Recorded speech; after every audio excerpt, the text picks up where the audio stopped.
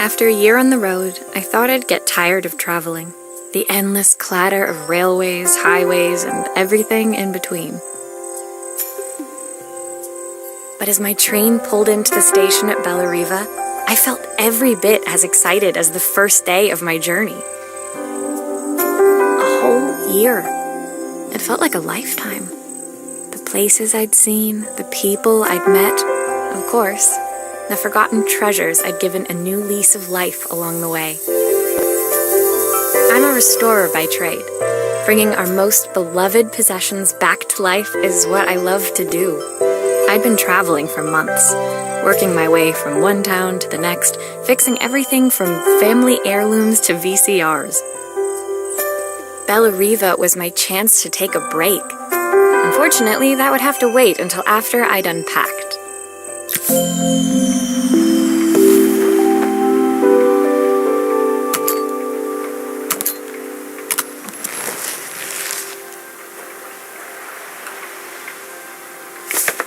My passport. Not many blank pages left now. I picked up these sunglasses on my last stop. Hopefully I'm cool enough to pull them off. The tools of my trade. No hope of restoring things without these. My favorite overalls. These will never go out of style. Looking forward to taking more close-ups of my fingers with this. I'll hand these out once I'm settled in. Fingers crossed they get me some work.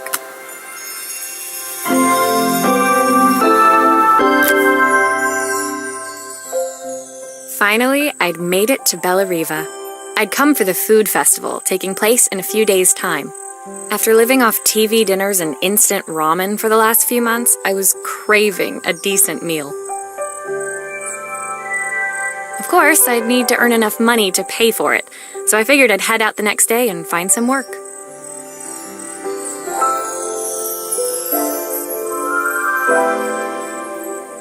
My parents never wanted me to go. They wanted me to stay in their shop and have a simple, stationary life. I knew there was a world out there, beyond the four walls of our antique store, that I had to be a part of. I daydreamed constantly about the weird and wonderful places each of our antiques came from. I loved figuring out their stories, revealing the memories hidden beneath the screws and wires. My story in Bellariva began with a little girl, and a voice she was longing to hear.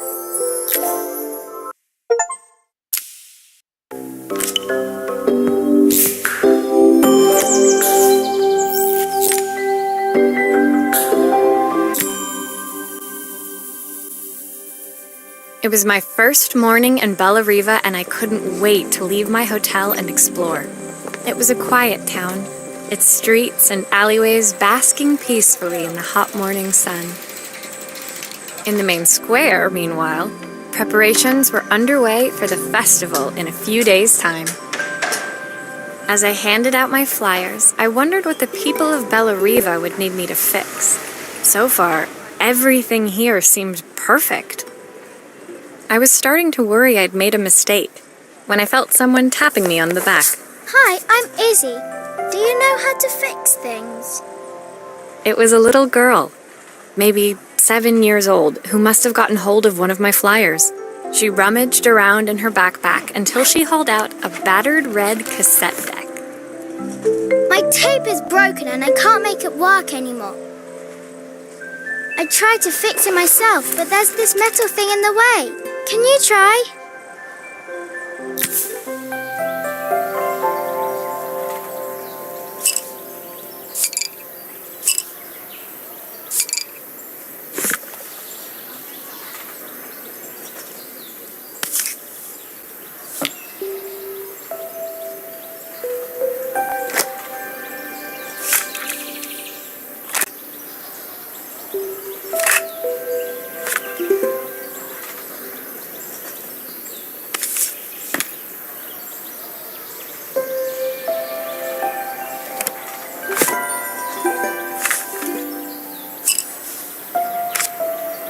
did you do that?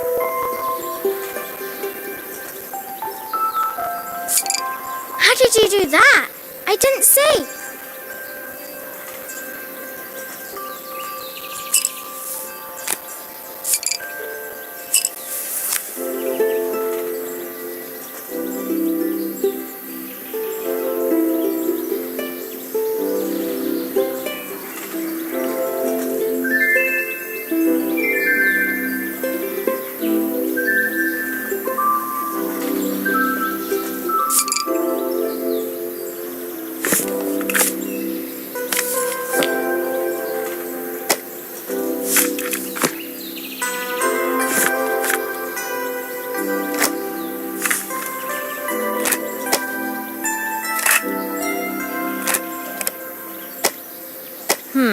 Still not working. Something else must be wrong.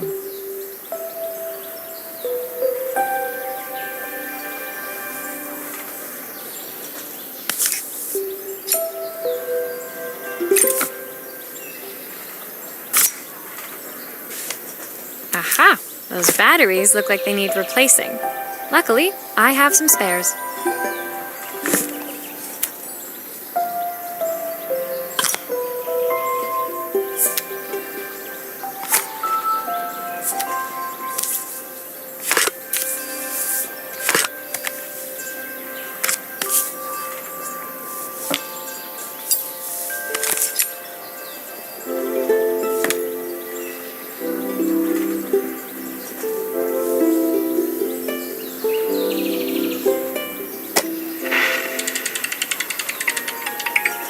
Will you dream a dream for me? If I sit by your side and hold you so tight, know that I will always love you. When it finished, Izzy picked up the tape deck and tucked it carefully into her backpack. Thanks, Maria. You're the best person at fixing things ever. No problem. Who was that singing? They're very good. It's my mum. She's not here anymore. Izzy trailed off. It was the kind of silence a cassette tape would never be enough to fill. When Izzy's friends called for her, she dug deep into her pockets, looking for something to pay me with. Eventually, she produced a grand total of a stick of gum, 3 mismatched buttons, and a yo-yo. I usually preferred a check, but Izzy looked so serious, I wrote out a full receipt. She seemed like a happy kid, but beneath it all, part of her life had been shattered. Part I wouldn't be able to fix.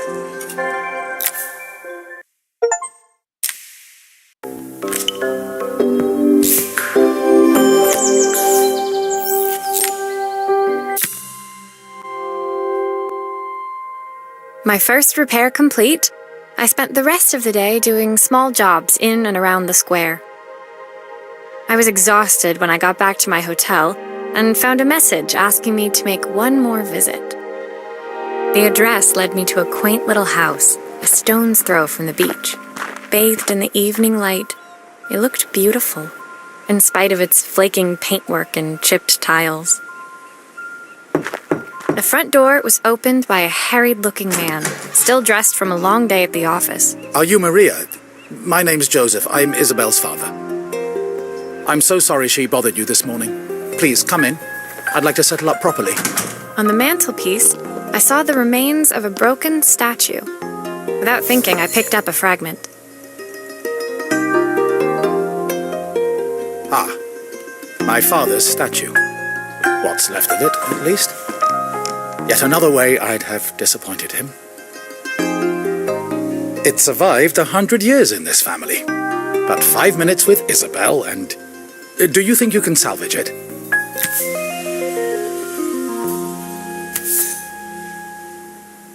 Will you be able to see the glue afterwards? I don't want people seeing the cracks.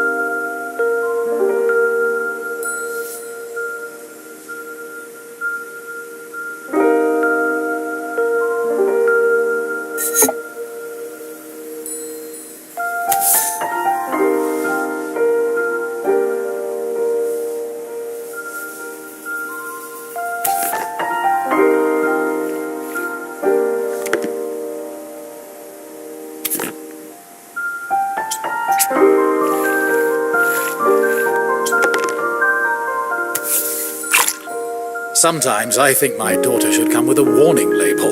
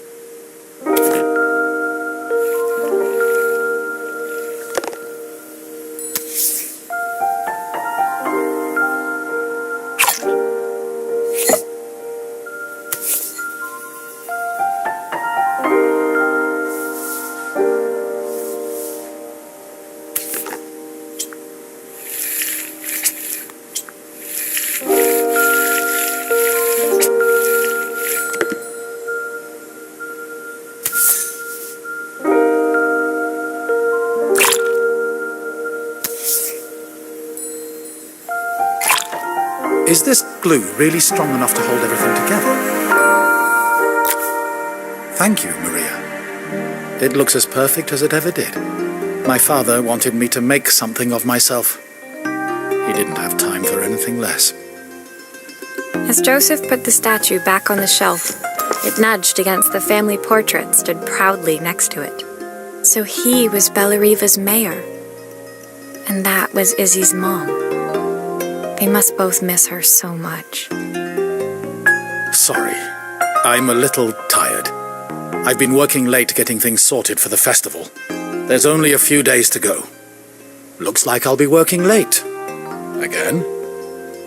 When I told my parents I wanted to leave, they always found an excuse to be busy, to avoid talking about it.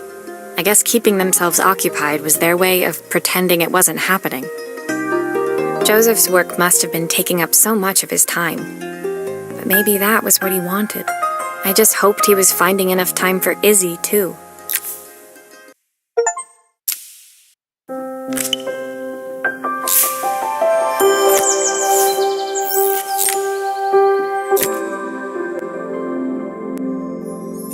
My second day in Bellariva dawned bright and clear. Another beautiful sunny morning. Walking into town, I passed cafes overflowing with customers cradling their morning coffees. I stopped, breathing in the smell of roasted coffee beans and freshly baked pastries. I was about to go inside when the owner of Carmen's, the cafe next door, stopped me. Hello, Maria? Were you here yesterday handing out flyers? I have a job for you.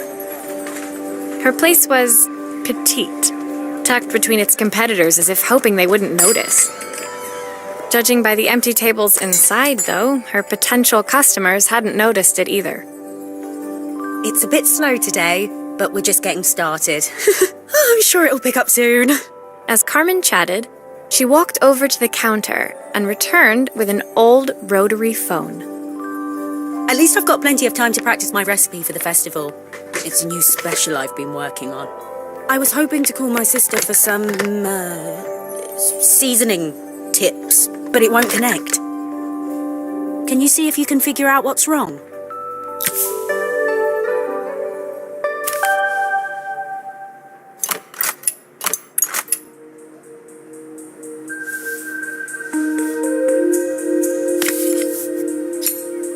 Obviously, we'd normally be much busier than this.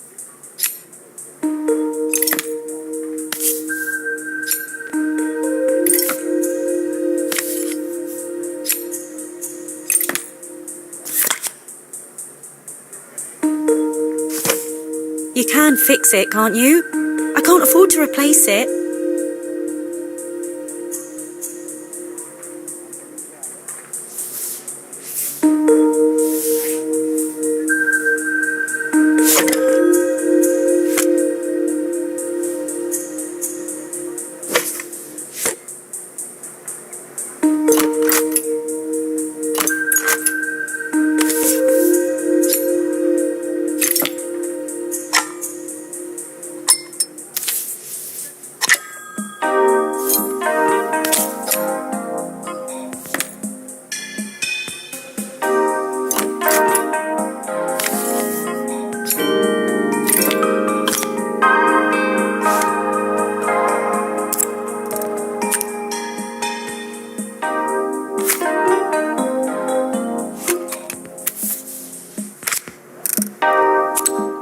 These connections aren't quite right. I should check the wiring.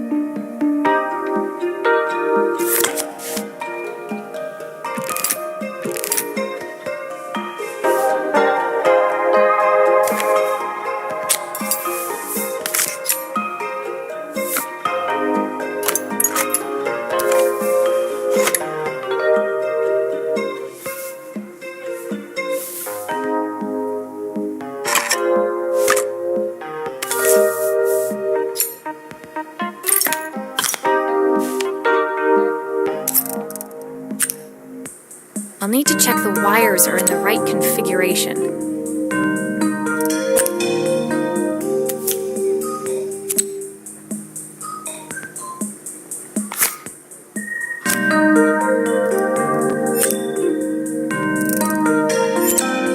Looks like this new circuit board is all hooked up.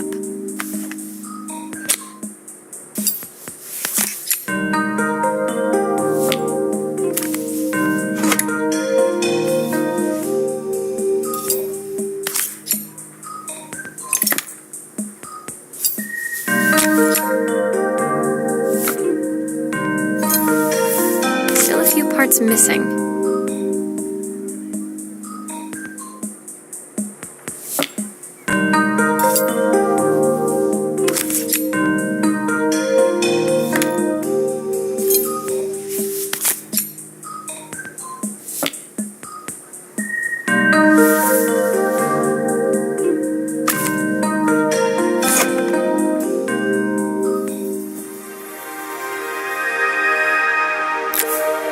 When I handed the phone back to Carmen, she seemed almost reluctant to take it from me. So it's all working now, is it? I don't have to leave it to dry or let it cool down? Nope, it's ready to go. It'll be ringing off the hook in no time. That's if I can pay my phone bill anyway.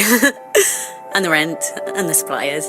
Anyway, take a seat and I'll be right with you. Your coffee's on the house. I sat at one of the empty tables, while at the counter, Carmen had started dialing the phone. Hello? How's my favourite sister doing today? As she talked, Carmen became more and more tense. This didn't seem like a call for some cooking advice. I know I still owe you from last time, but I can't afford to take part in the festival if I don't pay. I could almost feel the eye roll at the other end of the line. You don't need to be here, though. Can't you just put the check in the post? When the call ended, Carmen brought me my coffee, her hands trembling. Sorry about that. My sister's decided to fly in for a visit. Oh God, I have to get ready. Actually, I might have another job for you. Can you come by tomorrow?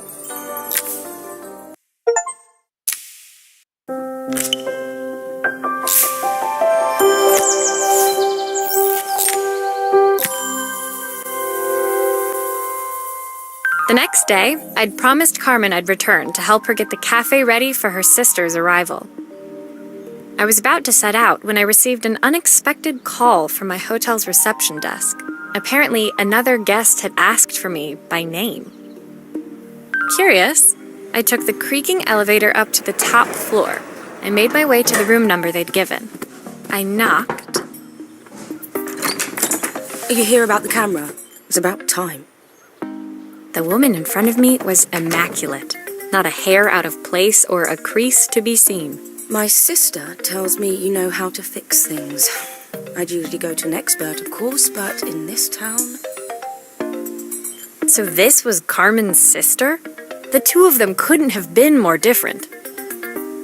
Inside her room, I saw a beautiful reflex camera, any professional photographer's dream. The viewfinder is completely dark. I can't see anything through it at all. I assume you can figure out what's wrong?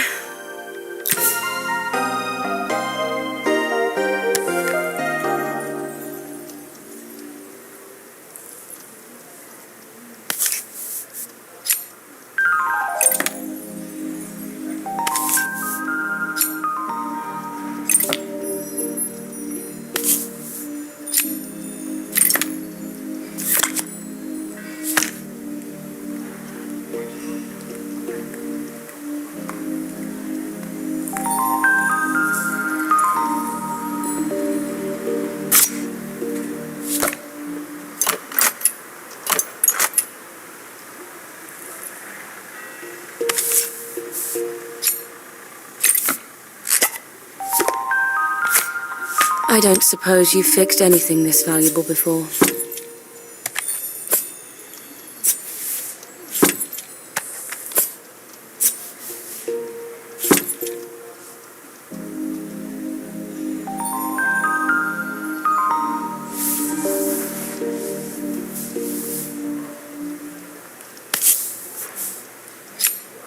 If I use the screwdriver, I could adjust the angle of the mirror.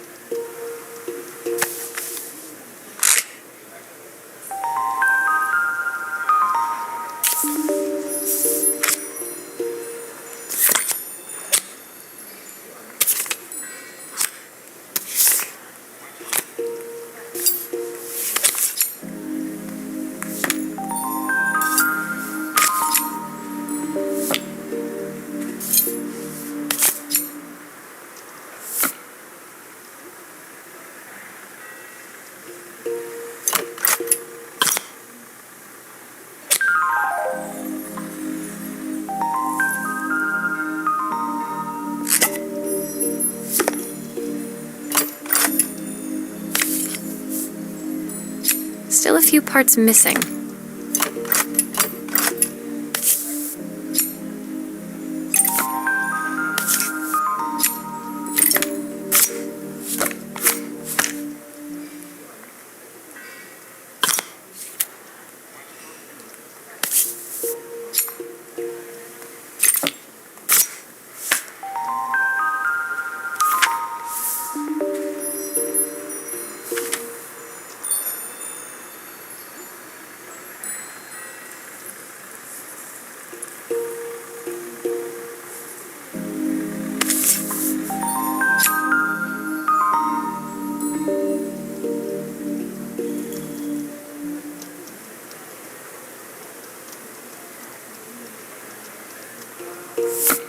Perfect. Now the viewfinder should be working.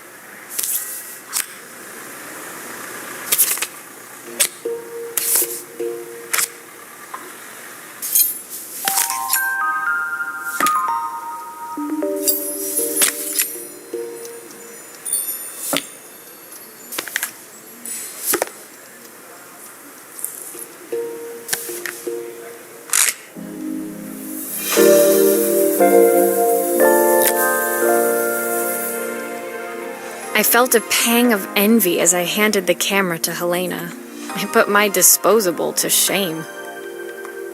I picked it up on my first trip to Paris. It's a 1958 limited edition, the first of its kind. It cost me 3 months' salary, but it was worth it. I had no idea what 3 months' salary meant to Helena, but I was pretty sure it was more than I could afford. It was strange, really, that we were even staying in the same hotel. I'd picked this place because it was cheap and cheerful, but surely she could afford somewhere better. She took some test shots, fiddling with the camera settings until she was absolutely satisfied. This work is immaculate. At least there's one person in this town who knows what they're doing. Sending you to me might be the first thing Carmen's actually gotten right. I wondered why Helena had bothered coming if she thought so little of her sister. I hear nothing from her for weeks, and then when she finally does call me, all she wants is money. If she thinks I'm lending her another penny, she'll have to convince me it's not a total waste of time. That didn't sound good. If Hurricane Helena was about to hit, I hoped Carmen was ready.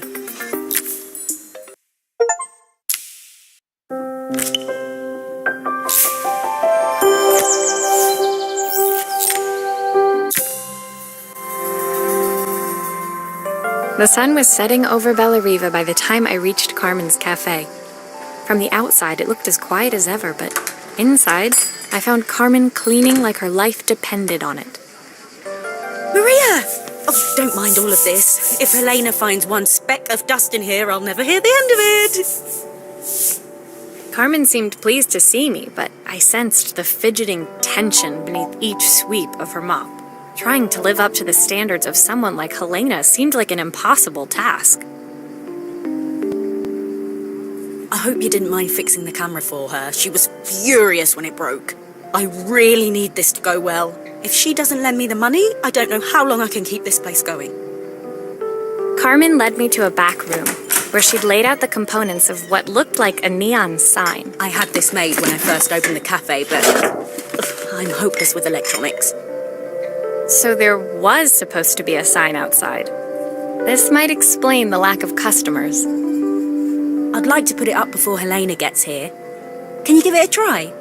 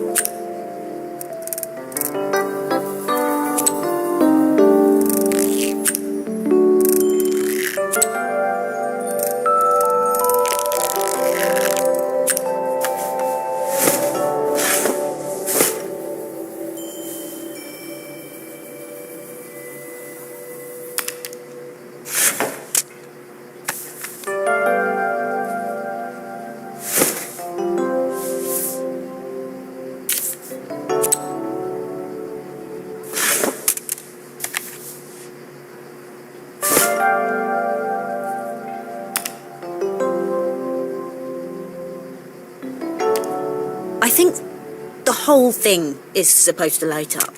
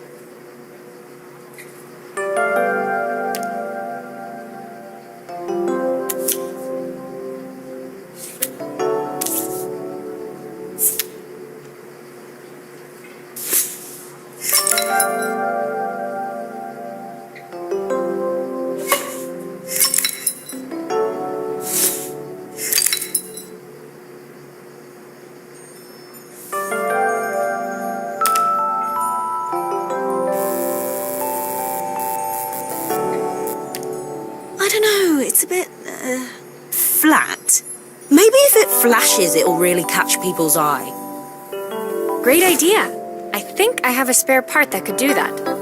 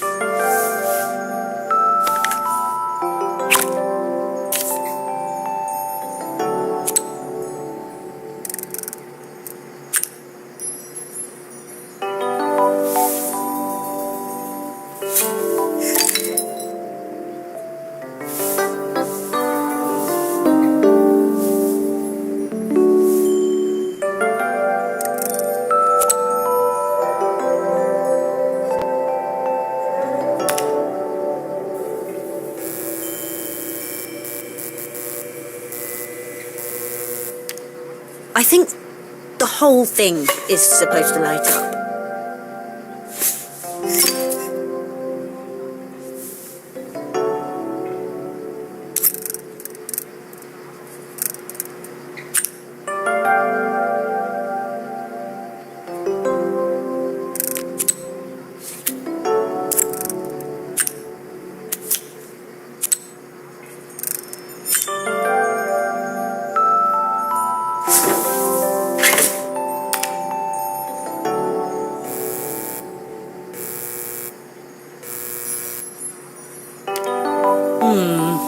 It still needs something else. Maybe we can add one of these.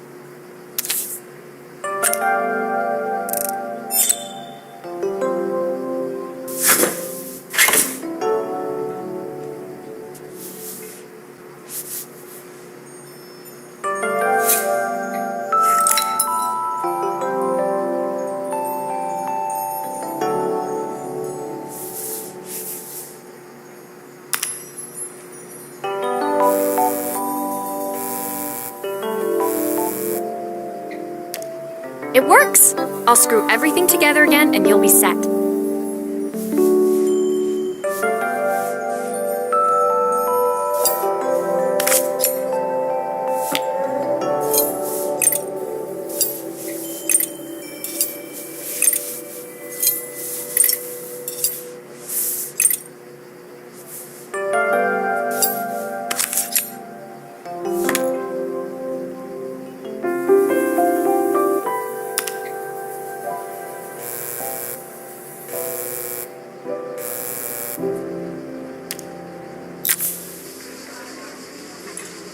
The sign fixed, we headed outside and mounted it carefully over the cafe door.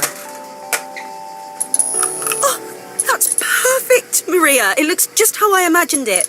When I had this sign made, it all seemed so simple. Oh, I can't believe I might have to give it all up. I hope I've done enough. The smile froze on her face as she spotted something over my shoulder. I turned to see. Of course, my sister owns the only cafe in this entire town that isn't actually open. For better or worse, Helena had arrived. Carmen opened her mouth to explain, but Helena swept indifferently past her. Finally pausing in the doorway, she turned back towards Carmen. The first thing we're doing is getting rid of that hideous sign. And with that, She disappeared inside. I hoped Carmen's chances of saving the cafe hadn't disappeared with her.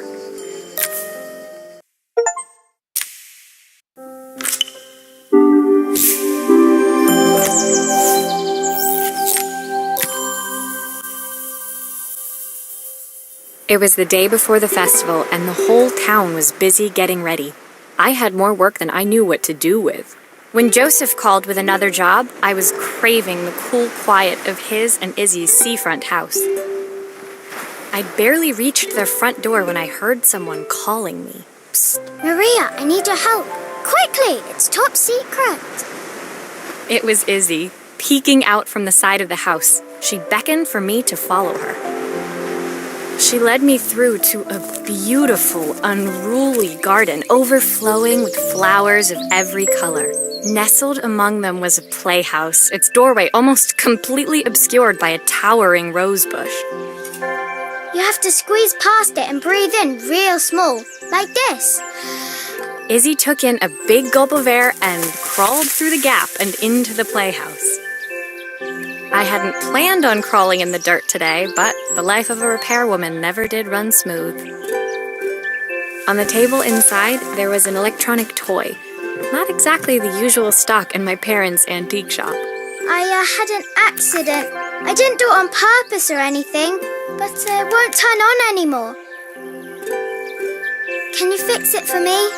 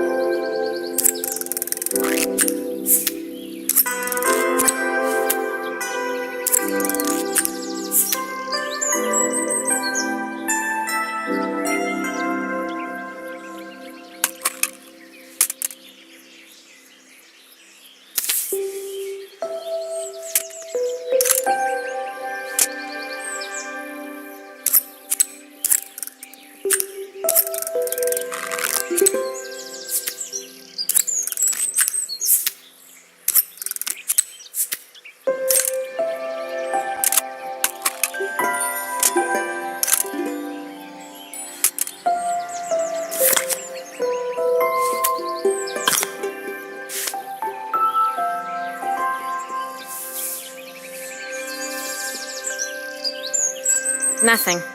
Maybe there's an issue with the battery.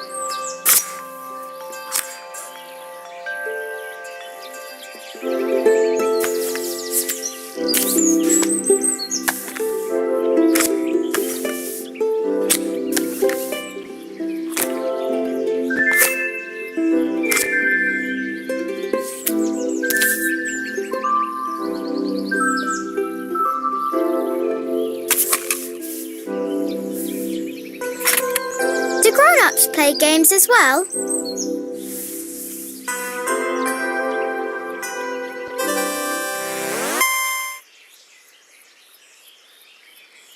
Can you show me how to play? I tried before, but it was so hard.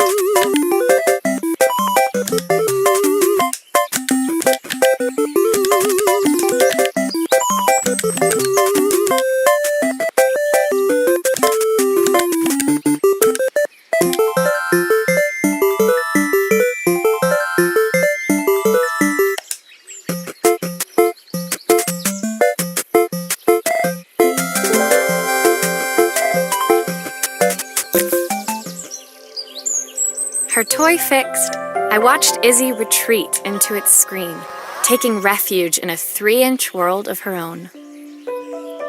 Well, I'd better head inside. Your dad is waiting for me. Please don't tell him about the game. He'll think I broke it on purpose. Why would he think that? Because, well, I kind of dropped it really hard at the wall. Izzy looked down, scuffing her shoes on the worn floor of the playhouse.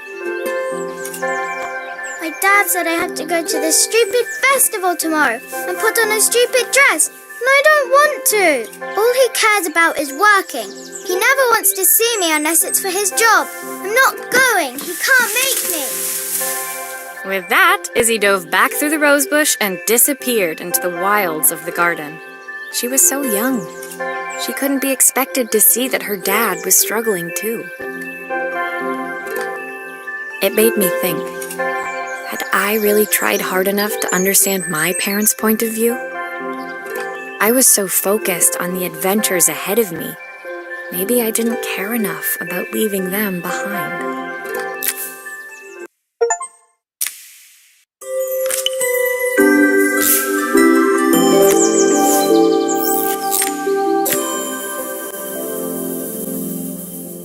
Leaving Izzy hiding in the garden, I walked around to the front of the house and rang the doorbell.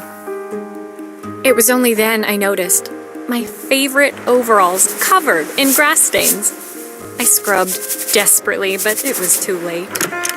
Maria, what are you doing? What happened to your clothes?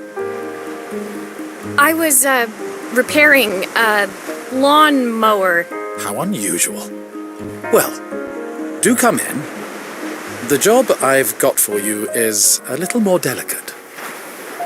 Totally embarrassed, I walked into an orderly room filled with papers and ledgers. So this was his office. You must be so busy getting ready for the festival. Are you looking forward to it?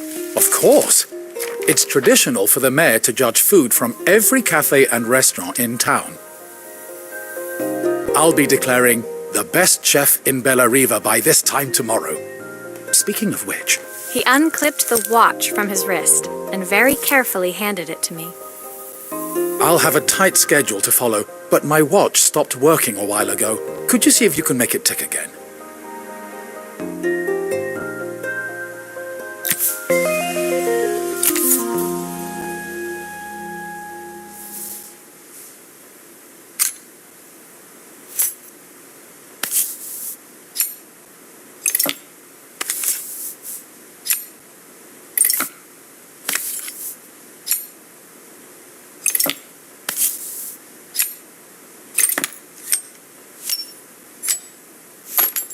Ah, the main plate has completely cracked. I'll need to replace it.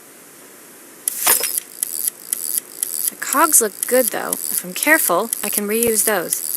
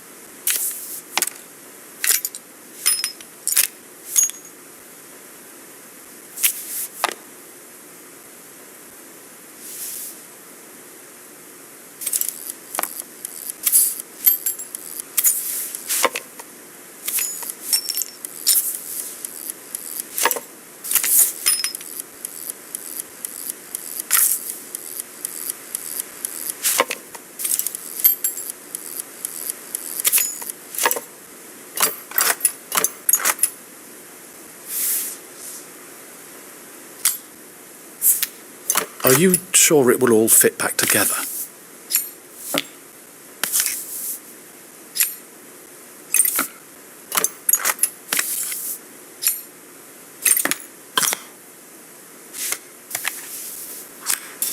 I've not gone a day without this watch since my wife gave it to me.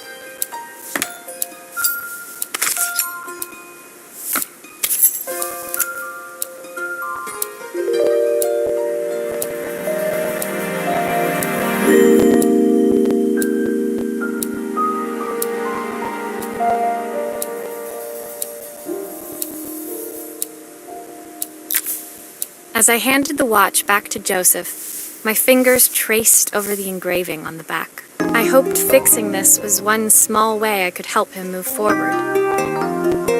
I can't believe it's working, Maria. Thank you. My wife was a brilliant woman. Feeling this ticking on my wrist, it makes me feel like she's still here. Watches measure minutes and hours like they're infinite. I didn't know we had so little time. Even with Isabel, I barely see her. And when I do, she acts like she hates me. Just then, the phone rang. Even when he was at home, his work was never done. Sorry, Maria. I have to take this. I'll see you at the festival tomorrow. As I left, I turned and saw him pacing the floor of his office, his watch glinting in the afternoon sun. I hoped its quiet ticking would at least bring him some peace during the busy days to come.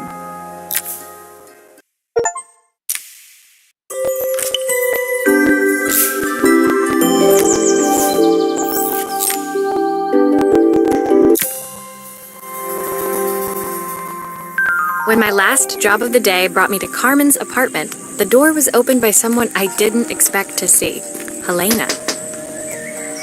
Sorry for inflicting this mess on you. Carmen's never seen a knick-knack she doesn't want to buy, apparently. Carmen's apartment was a little chaotic, but totally charming. It was easy to imagine her living in a place like this. It definitely wasn't Helena's style. She seemed more upmarket than flea market. I wondered why she was even here. We're having a clear-out, or at least I am. Carmen's not helping, as usual. There's a market at the festival tomorrow. I'm selling some of these things to make her some money. She says she has nothing when there's all this stuff right under her nose. Helena stepped delicately past the items on the floor and reached down to pick up one from the pile. Look at this slide projector. Our parents treasured it, but Carmen treats it like a piece of junk. Can you take a look?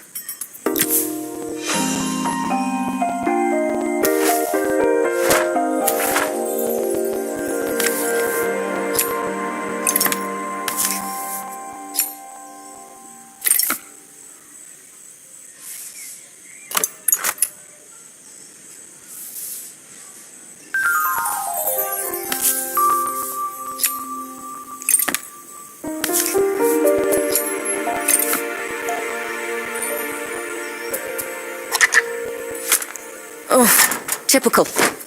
Carmen's even managed to get a slide stuck in here.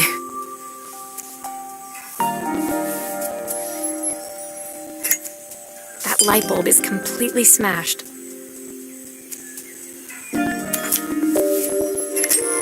Okay, I'll need to redirect the light to the lens at the top for the projector to work.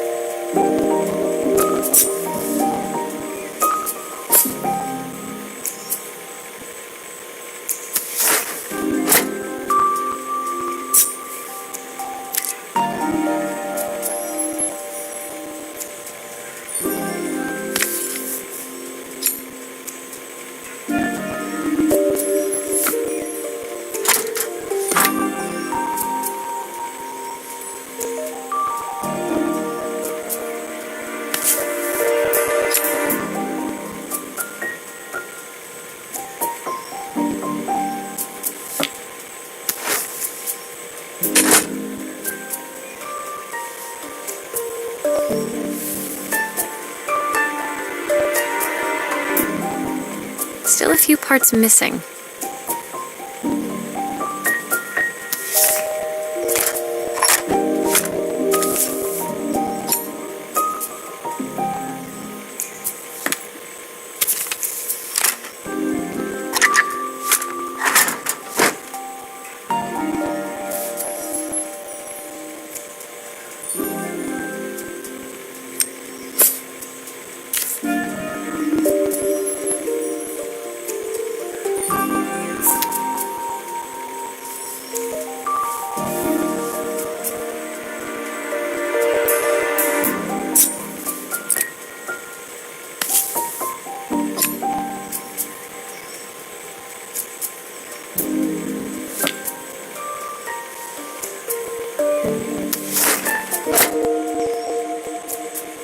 was so excited when I moved to the city.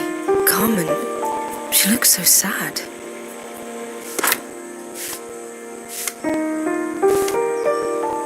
Here's the clicker you'll need to attach. God knows how Carmen broke that as well. Still a few parts missing.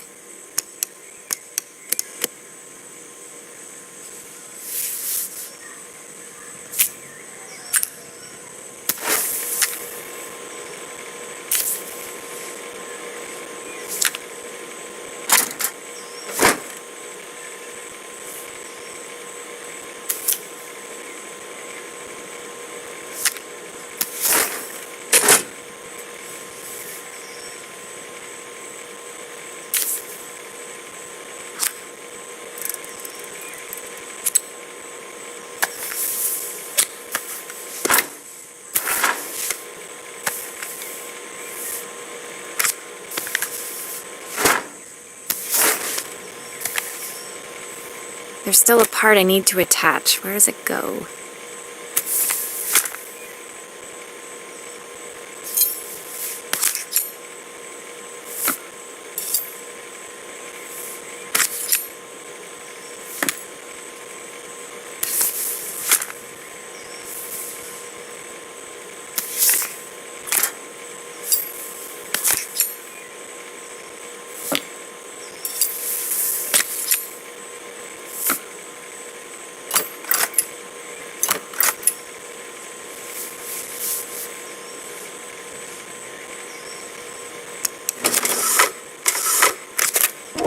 When we were younger, Carmen was always following me around.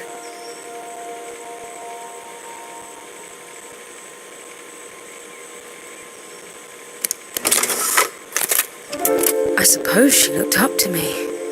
A cool older sister.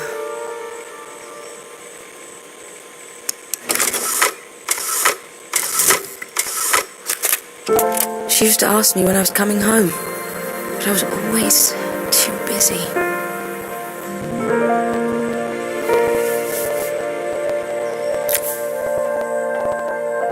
Helena was transfixed, staring at the two young sisters the projector had brought glaringly into focus. I never meant to let her down. But you haven't, have you? You came all this way just to help with the cafe, plus the money. That's the problem. There is no money. I lost my job a few months ago. My savings are almost gone. I have nothing. Carmen thinks I'll throw my checkbook at her bad decisions and make them okay. But I can't. Not this time. You know, the funny thing is, I came here wanting to tell her the truth. But she's so infuriating. How can I ask her for help when all she cares about is herself? Helena fell silent, shrinking under the gaze of her younger self, projected onto the wall. We drifted so far apart when I moved away. It felt like the only thing keeping us together was my bank balance. I know I have to tell her the truth. It isn't fair. But I already lost everything else. What if I lose her too?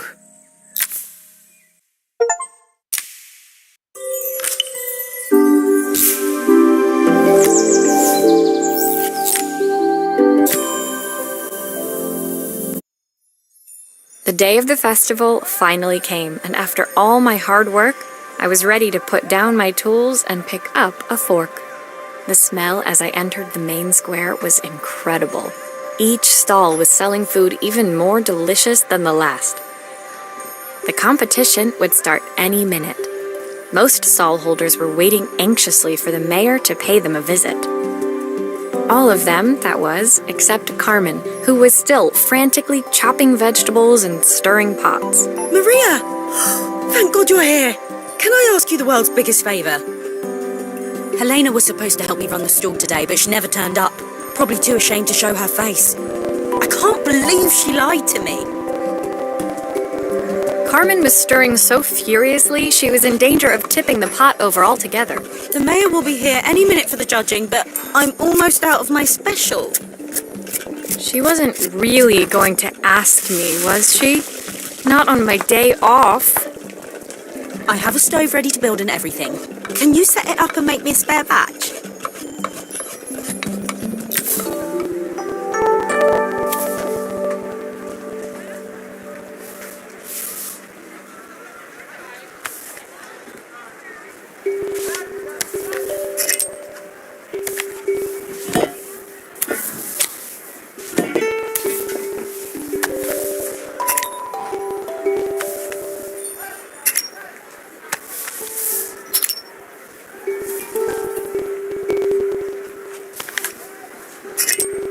It all fits. Now to light the gas.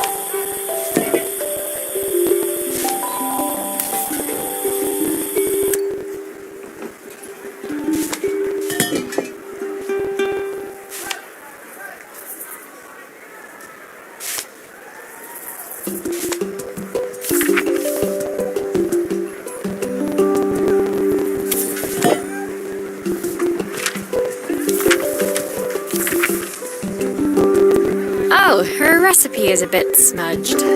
Never mind, I'm sure whatever I put in will be fine.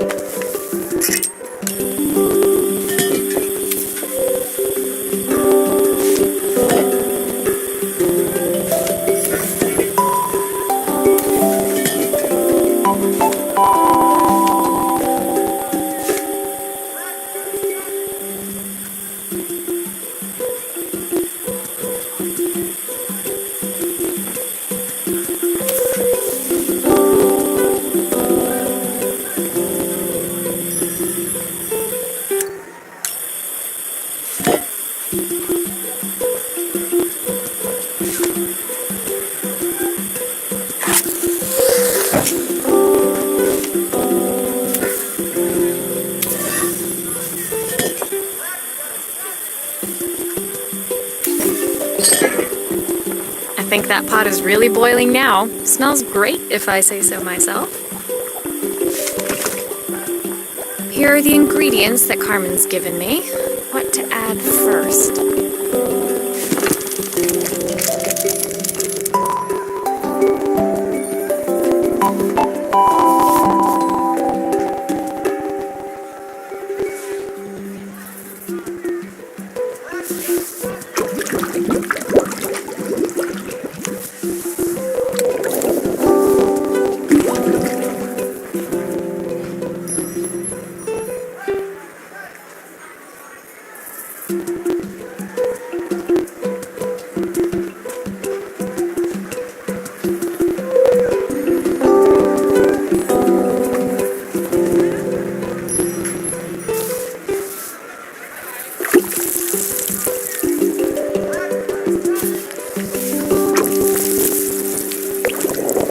Looks good. I'll scoop a spoonful when I'm ready to serve.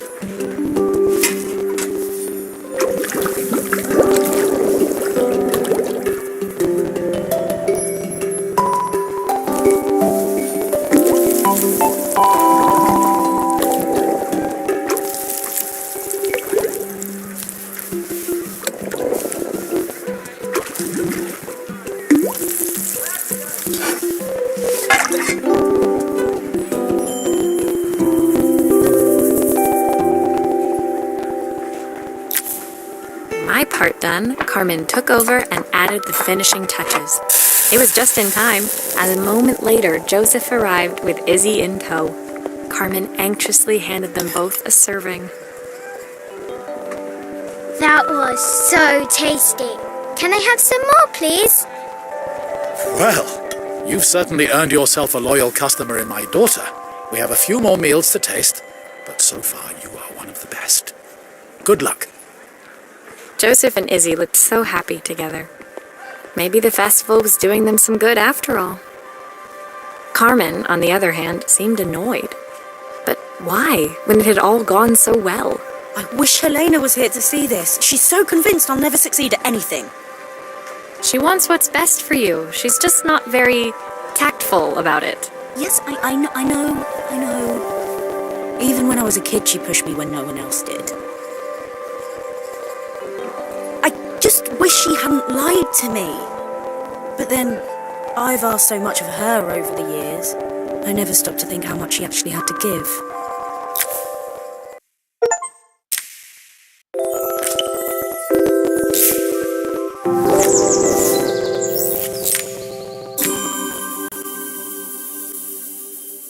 The festival finished. I only had one day left before I had to catch my train and leave Bella Riva behind. I couldn't go without saying goodbye to Carmen, so that evening I made my way to the cafe. It was unrecognizable. She'd done it. Best food in Bella Riva. Half the town was outside waiting to see what the fuss was about. Maria! My favorite sous chef. Come on through.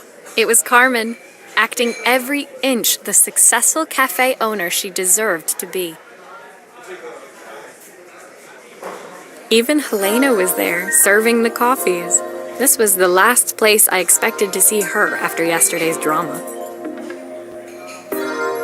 Carmen led me through to a balcony upstairs, where she brought out an old record player. I found out where Helena was on the day of the festival. She was selling her camera to clear the cafe's debts. But then she didn't have much left for herself. So, I've asked her to come and stay with me for a while. We have a lot of catching up to do. I wanted to give her this, to cheer her up. We listened to it all the time when we were kids. Do you think it has one last tune in it?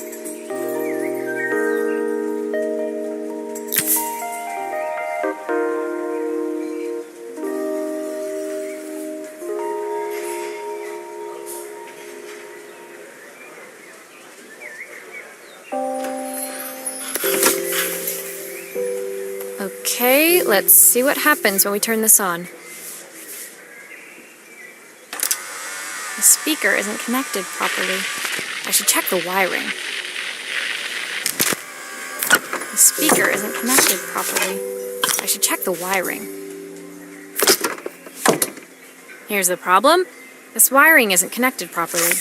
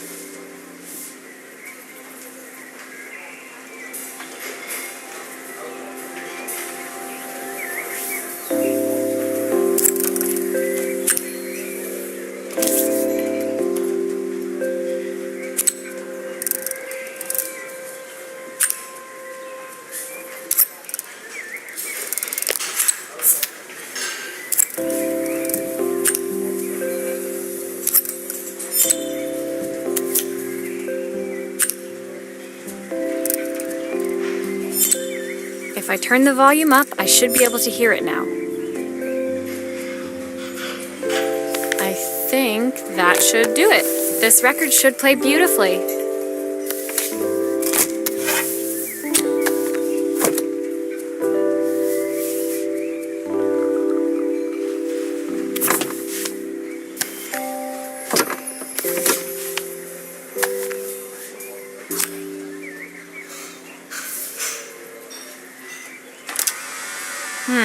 It's spinning the wrong way. How can I get it to play in the right direction? It must be to do with the motor. Let's see if one of these spares can turn things around.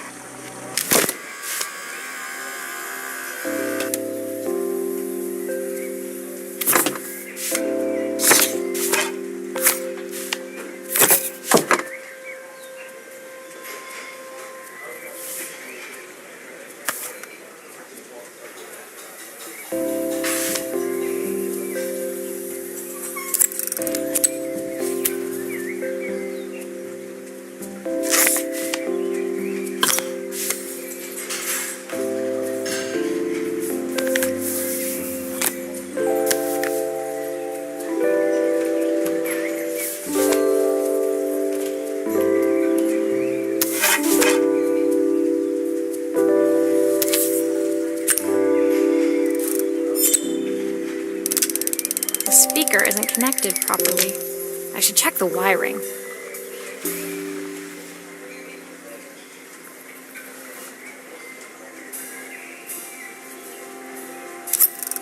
That's the speed dial connected. Now we should be able to change it.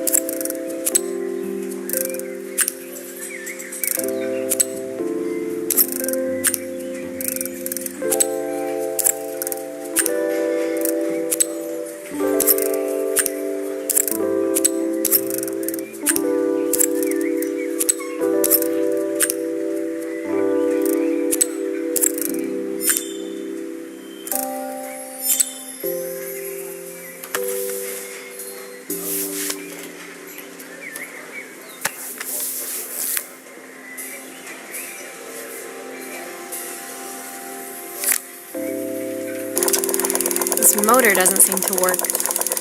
Maybe I'll have better luck with a different one.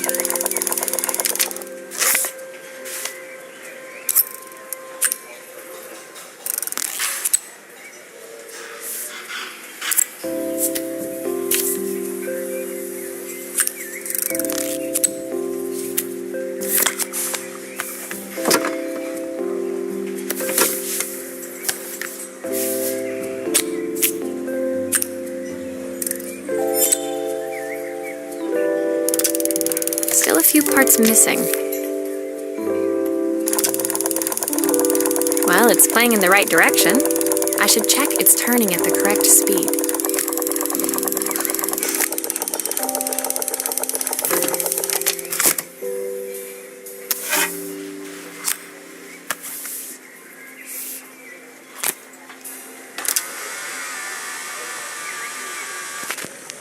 What will remain of these days? The sweetest word I've ever heard.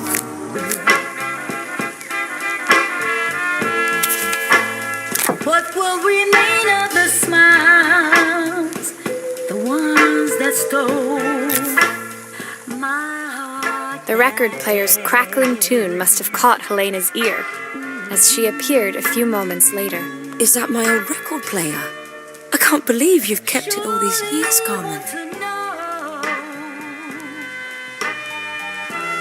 Leaning over the music, they looked just like the young sisters the slide projector had preserved all these years, inseparable once again. Carmen told me about your camera. That was a really generous thing to do. I loved that camera, but I love my sister more. Now it's her time to be the person she wants to be. I'm going to stay here with her for a while. Make up for lost time. Carmen and Helena's relationship wasn't suddenly going to be perfect, but they were both prepared to try. And to think, it had all started because of a call Carmen made about some seasoning tips. I guess in the end, maybe it wasn't so hard to just pick up the phone and dial. I hadn't spoken to my own parents in a year. I wanted to hear their voices more than anything. But the silence between us was so cavernous. I didn't know how I'd ever find the words to bridge it.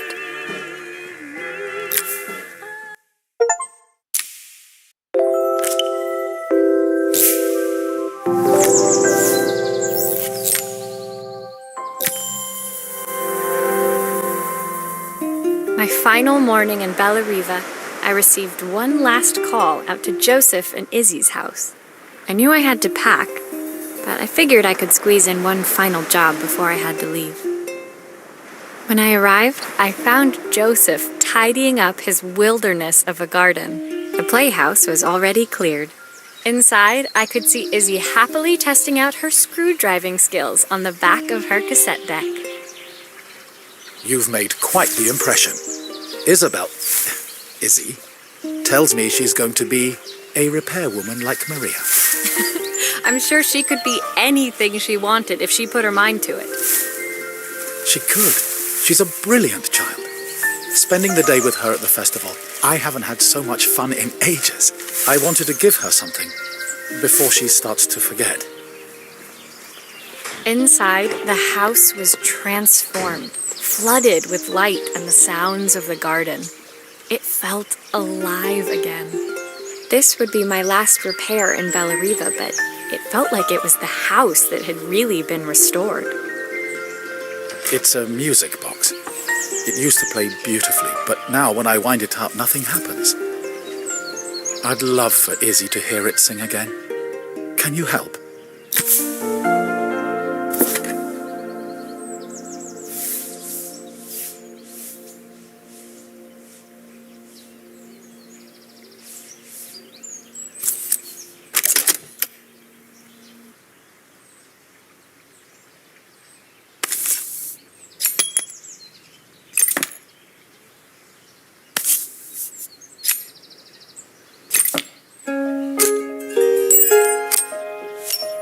Maria, could you add this family picture of us?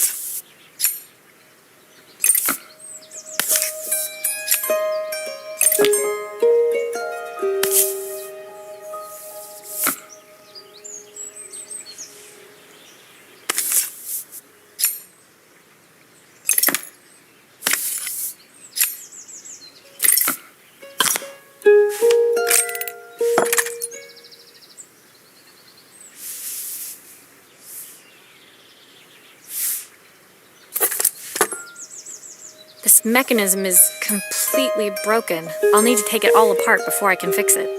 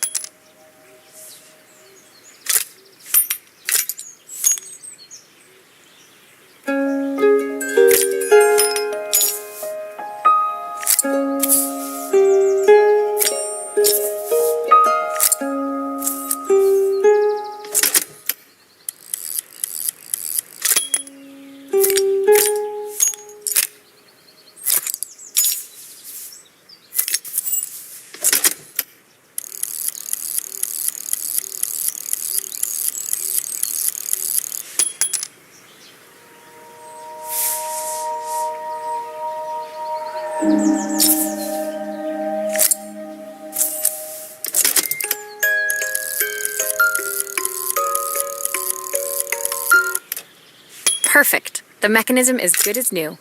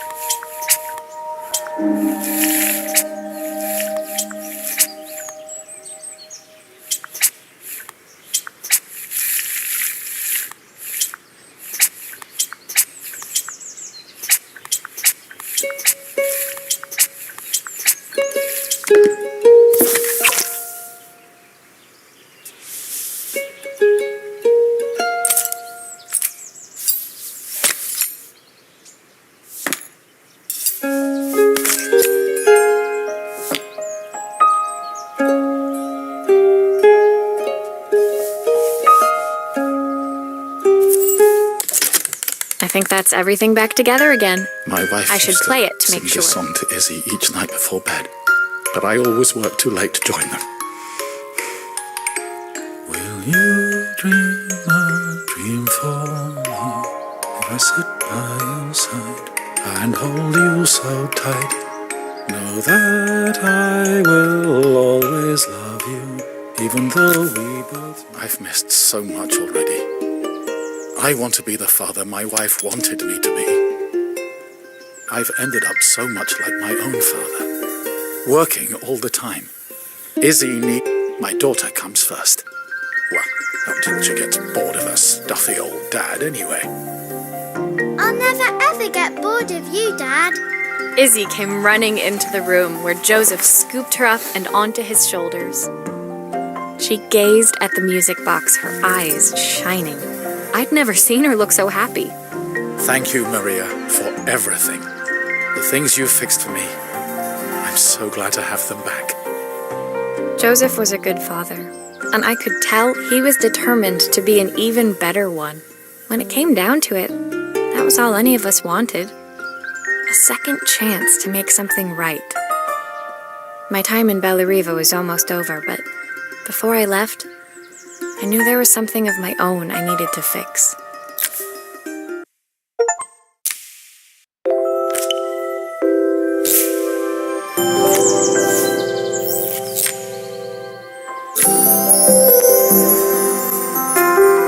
My time in Bellariva was almost at an end. Another chapter finished in a story whose ending I hadn't felt ready to write. The people I'd met, the items I'd restored, they'd taught me so much about what was really important. Pulling out my suitcase from beneath the bed, I remembered the day I stole it from my parents' shop, the day I left. Afterwards, I was too ashamed to call them, to apologize. It was as I packed. I knew that it was up to me to find a way to lighten the load.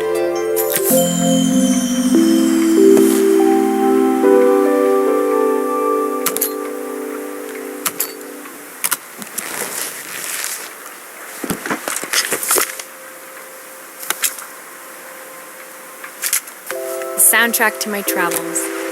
I'll be listening to this on the journey. My train ticket. Can't believe it's time to leave Bellariva behind. My parents would love Bellariva. Maybe I can convince them to make the trip.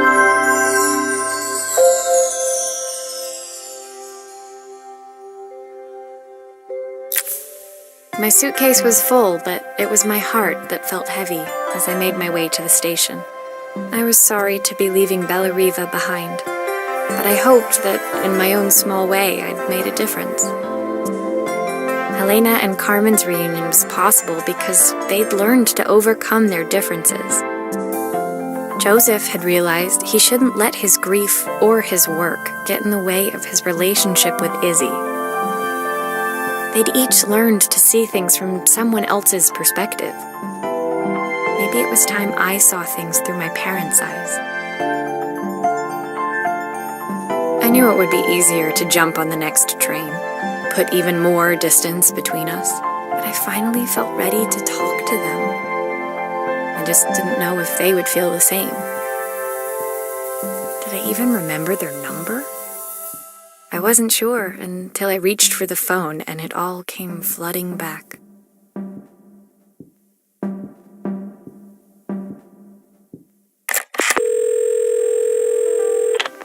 Mom?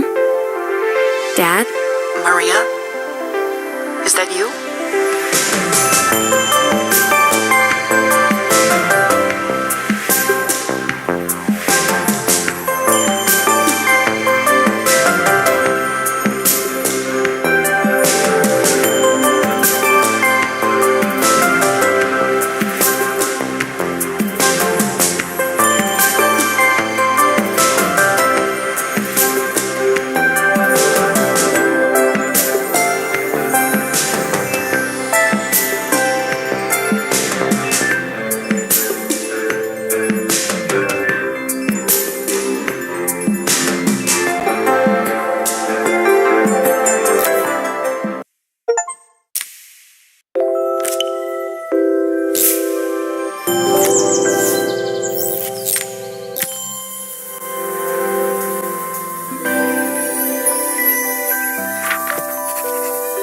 Maria, come in here. Sorry I haven't written. The cafe's been absolutely manic since you left. Luckily, I have Helena here to help. You wouldn't recognise her. She's like a new woman. She's always running round, taking orders and making drinks. I even heard her compliment a customer on their outfit. Personally, I adore them. She misses the city, though. Bellariva's many things, but it's definitely not as chic as she'd like. She said there was a coffee shop near her old apartment where they made coffee with a shape drawn on top. It got me thinking, I'm an award-winning chef. I can figure out how to put a leaf on a cappuccino. A bit of cosmopolitan coffee might be just what Helena needs. Of course, ordering a new coffee machine was the easy part. I wish you could have seen the mess I got into trying to put the thing together.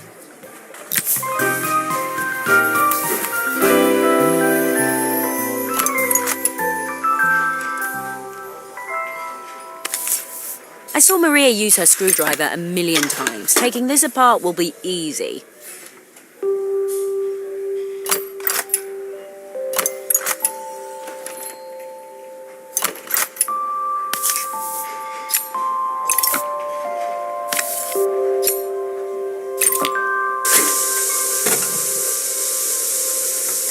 These pipes look pretty simple. I should start with them.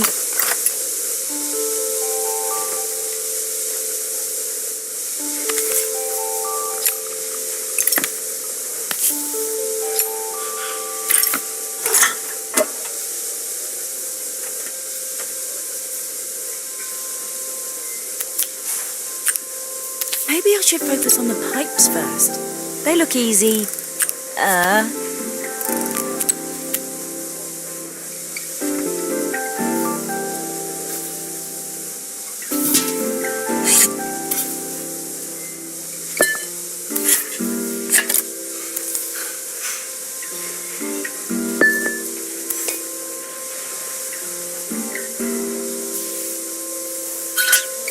Oh, I wish Maria was here. She'd know how to put these pipes together. That steam doesn't look good. There must be something wrong with the pipes.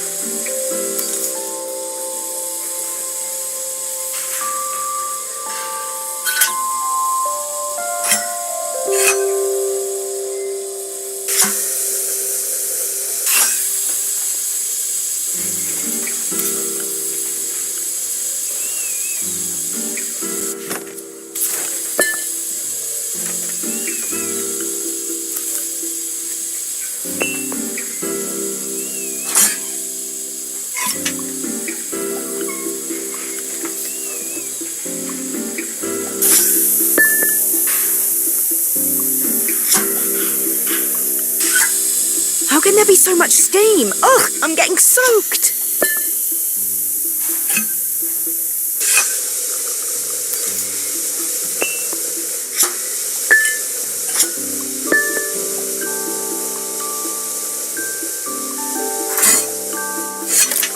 I'll need to connect all the pipes correctly to stop the steam pouring out.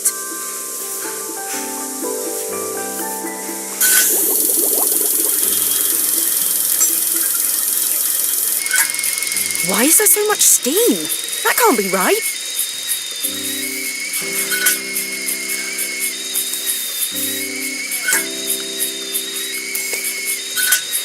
The pipes are all connected, but there's still steam everywhere. Something's in the wrong place.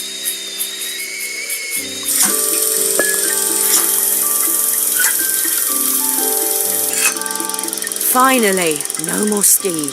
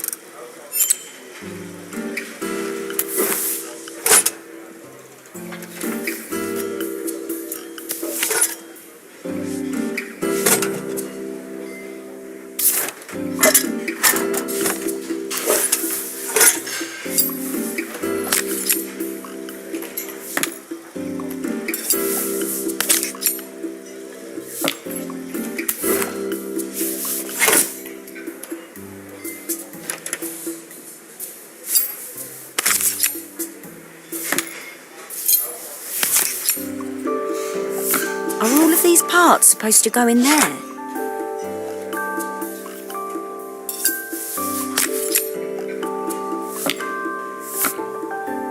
I think that's everything. Better test the buttons just to make sure.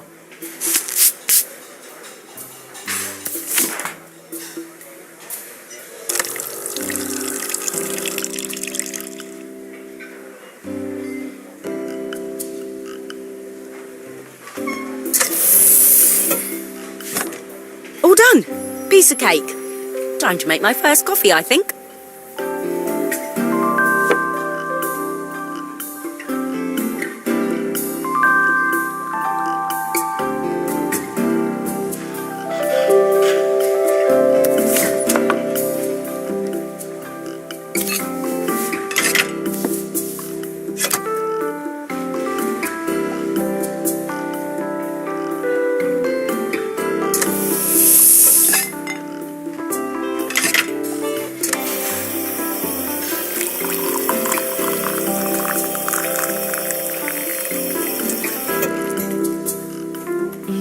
Smells delicious. Now to make it look magical.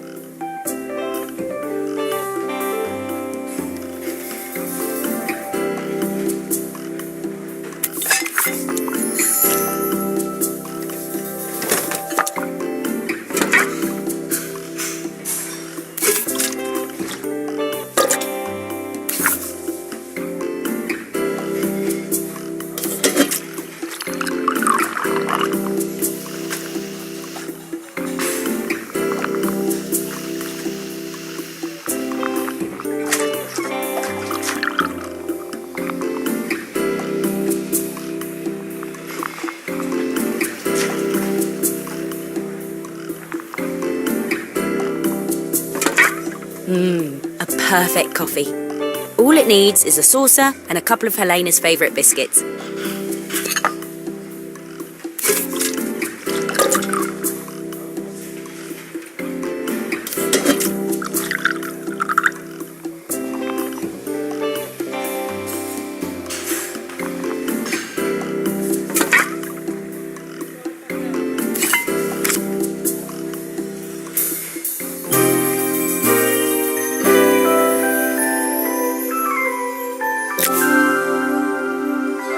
I was feeling more has-been than coffee queen by the time I'd made a drink fit for human consumption. It looked a bit, postmodern, but knowing Helena's refined tastes, I hoped she'd think it was intentional. Always the connoisseur, she didn't even bother to look at it at first. She was so busy wafting it under her nose. Steamed up her glasses, of course. How was she going to see my work of art through an eye full of fog? When she finally spotted it, though, she was totally impressed. I'll admit, she spent several minutes trying to figure out exactly what it was I'd drawn. She decided it was probably a horse. Well, what she doesn't know won't hurt her. She was impressed enough to ask for another one. I guess I'll need to get some practice in. The whole thing was such hard work, Maria. I never realised how difficult it was, all that mechanical stuff. It made me realise how much I have to thank you for, so I wanted to say that now. Better latte than never. Hoping you're well. Your friend.